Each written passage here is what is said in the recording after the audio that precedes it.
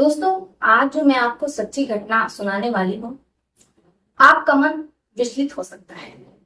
क्योंकि एक जैनब नाम की लड़की, जिसके साथ इतना बुरा हो जाता है कि हम आपको यहाँ बताने में संकोच करते हैं, और वो भी पुलिस वालों के द्वारा। आखिर पुलिस वालों ने उस लड़की के साथ ऐसा क्यों और किस लिए किया होगा, हम आपको पूरी कहानी विस्तार पूर्वक बताएंगे कि जैनब के साथ क्या हुआ था। ये बात है सन 2009 की। जैनब जो कि अपने घर के बाहर खड़ी रहती है, उसकी अम्मी घर के अंदर रहते हैं, लेकिन जैनब अचानक अपने घर के बाहर खेलते हुए गायब हो जाती है। जैनब के अब्बू जैनब को ढूंढ रहे होते हैं, क्योंकि जैनब जिसे पढ़ने जाना रहता है, लेकिन वो पूरे गांव में कहीं मिलती नहीं।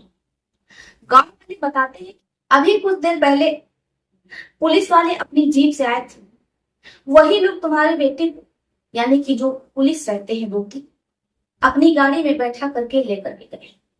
पहले तो जैनब के अबू खालिद को यकीन ही नहीं होता है कि जो पड़ोसी कह रहे हैं वो सत्य है, इसलिए वो अपनी बेटी जैनब को आवाज लगाते इधर उधर ढूंढने लगते हैं। लेकिन तब उन्हें यकीन हो जाता है कि जो पड़ोसी कह रहे हैं वो सच है, क्योंकि जैनब की एक चप्पल वहां गिरी होती है। अब पिता का रो रो बुरा हाल होता है, पिता थाने जाता है। इसके बाद जो उसके साथ होता है और जैनब का क्या हुआ, जब आप सुनेंगे तो सिहर जाएंगे। हम आपको ये पूरी घटना विस्तार पूर्वक सुनाएं बताएं, इससे पहले कुछ कहना चाहते हैं।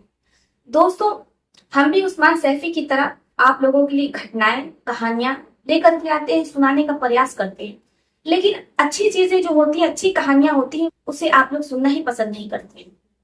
इसमें हमारा क्या दोष है? क्योंकि हमारा इंप्रेशन बिल्कुल कम होता है। वैसे भी यूट्यूब हमारे इस चैनल का इंप्रेशन बिल्कुल भी नहीं भेज रहा है, 27 3 4 ऐसे इंप्रेशन भेज रहा है, तो व्यू कहाँ से आएंगे? हम भी बहुत मेहनत करते हैं, लेकिन उस मेहनत के बदले में हमें कुछ भी नहीं मिल रहा है। तो चलिए बढ़ते हैं आज की इस सीख देने वाली कहानी के साथ, और बने रहिए आप हमारे साथ अंत तक। जैनब के अब्बू खालिद अब थाने जाते हैं, थाने में एफआईआर लिखवाते हैं।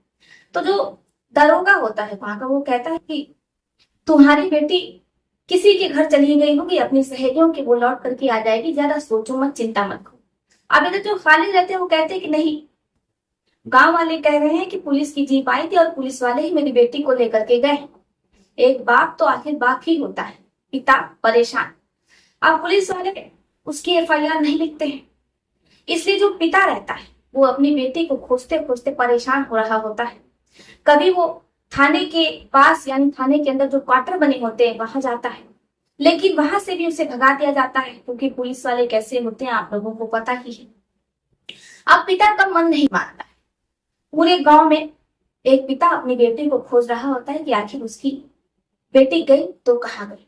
सुबह हो जाती है, तो जब सुबह होती है ये शोर हो जाता है, ये शोर मच जाता है। अब जो खालिद रहते हैं वो भी, जो पुलिस क्वार्टर रहता है जहां पर सारे पुलिस लोग रहते हैं, वहां के बाथरूम में जो जैनब रहती है वो आत्महत्या कर देती है। ये बात पुलिस वालों के द्वारा फैलाई जा रही थी, लीपापोती की जा रही थी।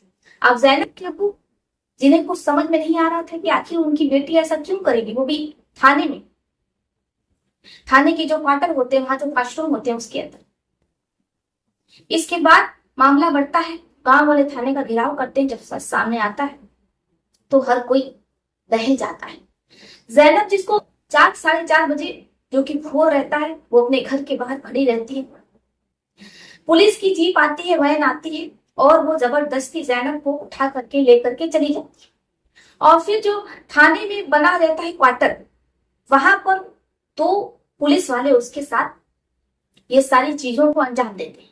इसके बाद वो जैनब को जान से मार देते हैं, और इसे घटना दर्शाने के लिए वो जैनब को वॉशरूम में ले जाते हैं और एक दुपट्टे से उसे फांसी पर लटका देते हैं, ताकि ये पूरा मामला जो है इस पर लीपापोती की जा सके।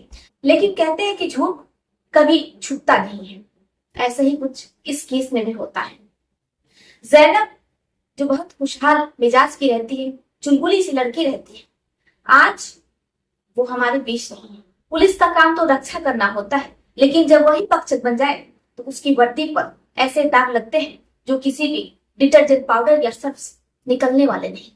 ऐसी तमाम बहुत सी घटनाएं हैं जो पुलिस वालों के द्वारा अंजाम दी जाती है और फिर उन पर लीपा पोती कर दिया जाता है। बहुत होता है तो पुलिस वालों का ट्रांसफर कर दिया जाता है। बाकी आपका इस पर क्या विचार है? आप अपनी अपनी प्रतिक्रिया दे सकते हैं। तो चलिए फिर चलती हूँ, मिलती हूँ आपसे किसी और सत्य घटना में। तब तक के लिए आप अपना अपने परिवार का ध्यान रखिए। आदाब, श्रुतिका, नमस्कार।